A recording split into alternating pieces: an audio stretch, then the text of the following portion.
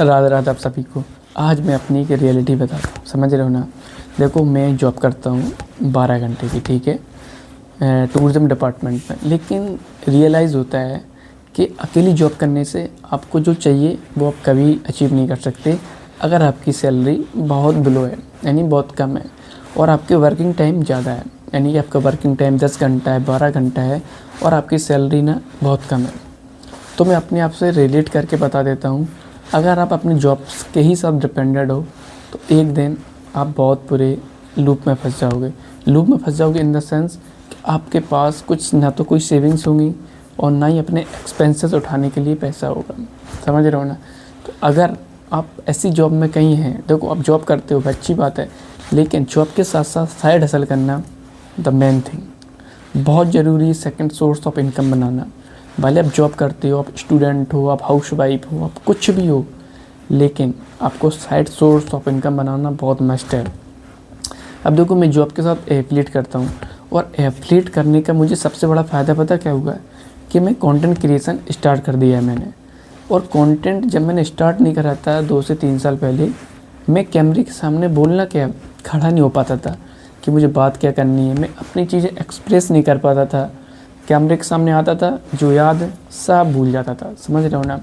तो मैं यही एक चीज़ रिकमेंड करूँगा, ये मैंने भी रियलाइज़ करी है, तो मैं आपको भी बता रहा हूँ। अगर आप जॉब कर रहे हैं तो आप जॉब के साथ साथ कंटेंट क्रिएशन ज़रूर करें।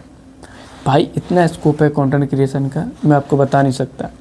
आपकी पर्सनालिटी तो इम्प्रूव होती है, आपकी कम्युनिकेशन स्किल्स भी बहुत इम्प्रूव होती है, आप लोगों को अच्छे से कन्विंस करना सीख जाते हो, आपकी रिप्रेजेंटिंग स्किल बेहतर बनती है, कम्युनिकेशन स्किल्स बेहतर बनती है, लोगों से बात करने का तरीका, आपकी सारी चीज़ें ओवरऑल बेस्ट हो जाती हैं, समझ रहे हो ना।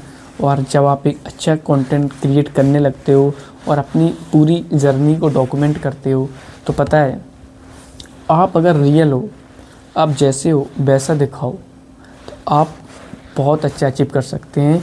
कोई फेक नहीं, कोई कुछ नहीं, समझ रहे हो। और एक टाइम के बाद आपका इतना अच्छा पर्सनल ब्रांड बन जाएगा कि आपको स्पॉन्सरशिप आने लगेगी, आपको पेड प्रमोशंस आने लगेंगे, समझ रहे हो ना। आपको भले ही पेड प्रमोशंस देर से आए, लेकिन आप जॉब के साथ साथ अगर अपना कोई साइड हसल स्टार्ट करते हो तो उन चीज़ों को भी प्रमोट कर सकते हो आप अपने कंटेंट के थ्रू।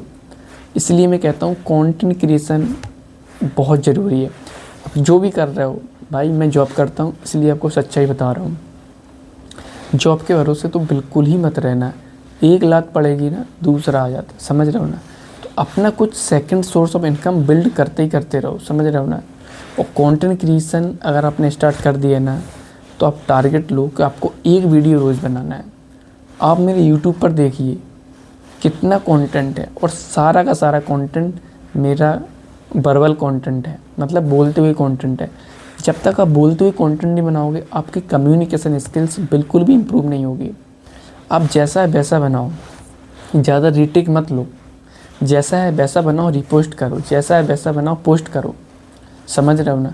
और जैसा आप 3 महीने 6 महीने 1 साल करते हो ना, तो आपकी जो कम्युनिकेशन स्किल्स होगी उसके लोग आपको 50-50 हज़ार देने के लिए भी रेडी रहेंगे।